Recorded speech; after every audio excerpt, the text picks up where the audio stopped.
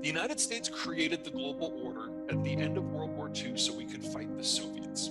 We made the world safe for commerce in exchange for military alliances to fight the Cold War. On this map, it kind of gives you an idea of who was who. The blue were the countries that we cared about before World War II. The green were the new allies in the new Bretton Woods global order, globalization. The yellow are what really matter, because those are the countries that switched sides to join us in our global market in exchange for them flipping against the Soviets. But that war ended 30 years ago.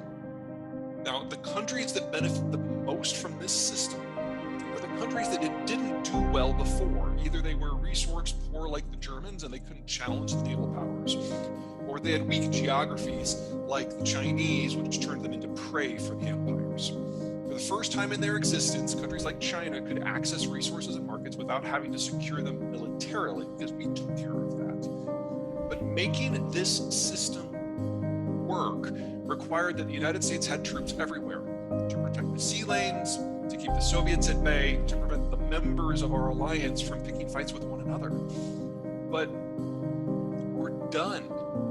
What we've got here is total U.S. deployments overseas going back to World War II. As you can see, it's been trending down a long time. It's not that the United States is trying to decide whether it should leave.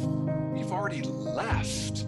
The global order is now purely running on inertia, and anyone who's betting on globalization today is kind of betting on buggy whips about 10 years after Model T started moving off the line. So that's piece one.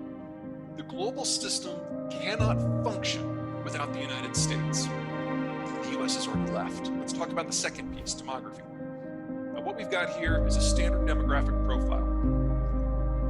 Children at the bottom, then young adults, mature adults, retirees at the top. Mortality tends to build it into a pyramid. Now, this is Mexico. This is what we call a consumption-led demographic. Because whenever you have a bulge in your population structure roughly below age 40, it's all about the spending on cars and kids and college and homes. Now, when American political leaders and business leaders look at a demography like Mexico, we really like what we see. Two big reasons. First of all, expertise. When you're 40 and under, you're relatively new in your career, your value add is relatively low. So the Mexicans excel at assembly and low-end manufacturing. That's not what Americans do well. We do design, we do the high end. So the possibilities of integrating supply chains between those two systems are great. Second, consumption. All those young Mexicans absorb a lot of goods, including American agricultural output. So the propensity for trade between the United States and Mexico is huge. Mexico became our largest trading partner in calendar year 2019. It's a position they will not give up in our lives. But look at the bottom of that pyramid from roughly age 25 down. You'll notice it just kind of drops off. The same thing that has happened in Germany and Norway and the United States as people move into urban environments, they have fewer kids. The same thing is happening in Mexico, which means that net migration from Mexico to the United States has now been negative for 10 straight years. And that's simply because they are starting to have fewer young people. You should count on that continuing forever. And it's not just Mexico. Here's the combined demography of the Central American states. They're facing exactly the same thing, but from 5 years later in time. So the inflows of labor that we've seen into everything, semi-skilled, unskilled labor from south of the border going all the way down to Panama, it's already peaked. It's only going to fall. I mean, we might get the odd flow here and there after a hurricane like we're seeing right now, but you should not count on labor coming up in the future. It's simply going to shrink from now on. So that's what a consumption-led system looks like. Here's the other thing. This is an export-led system. Now, the Koreans had a baby bust that started 45, 50 years ago. They never recovered. And so now they've got this huge surge of populations in their 50s. Now, people in their 50s have been at their job for 2-3 decades. They know every in and out of the trade. They're very productive, very high value add, which means that Korean products are going head to head with American products. But even worse, there aren't a lot of people in their 20s and 30s in Korea. So all that production has to be exported. So we will never have a trade relationship with the Koreans that is what we would consider equitable. Demographics prevent it. So Mexico we see as a partner, but Korea we see as a competitor. Now, from the point of roughly 1980 until roughly 2015, the world as a whole was in this wonderful demographic moment.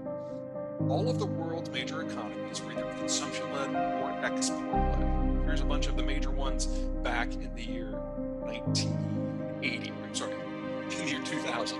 And as you can see, everything was kind of in balance. And in the heyday of globalization, with the Cold War over and the Americans still holding up the ceiling and making everything flow, it was great for trade expansion. And this is the world we've all become used to. But 20 years later, we are all 20 years older. And that global demographic of high consumption was already ending. The export-led economies are aging into mass retirement in a kind of a post-growth scenario. And the consumption-led economies are aging into export-led economies, but there's no one to export to. The real kicker is that the year 2022 is when all this flips. That's the year that most of the world's export-led economies age into post-growth, and most of the consumption-led economies age into export. So the whole balance is askew, and the entire economic model that we have based everything upon for the last 60 years no longer applies. Now, for the United States, we are kind of in the middle. The real difference is our baby boomers. Now, they will age into mass retirement in the year 2022 on average, along with everybody else in the advanced world. That's not what makes the boomers special. What makes the American boomers special is they did something that few other boomers in the world did.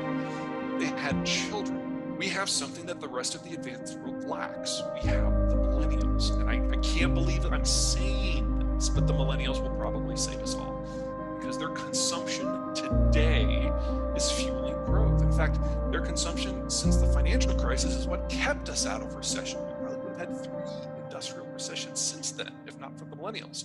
And as the millennials age into their 40s and eventually 50s a decade from now, they will start providing the tax base and the investment capital that drives everything else. And nobody else has that. Let me give you an idea of scale. This is the world's consumption-led economies stacked up in terms of GDP today. Here's where we're going to be 10 years from now. So it's a moderate drop, not catastrophic, but not great.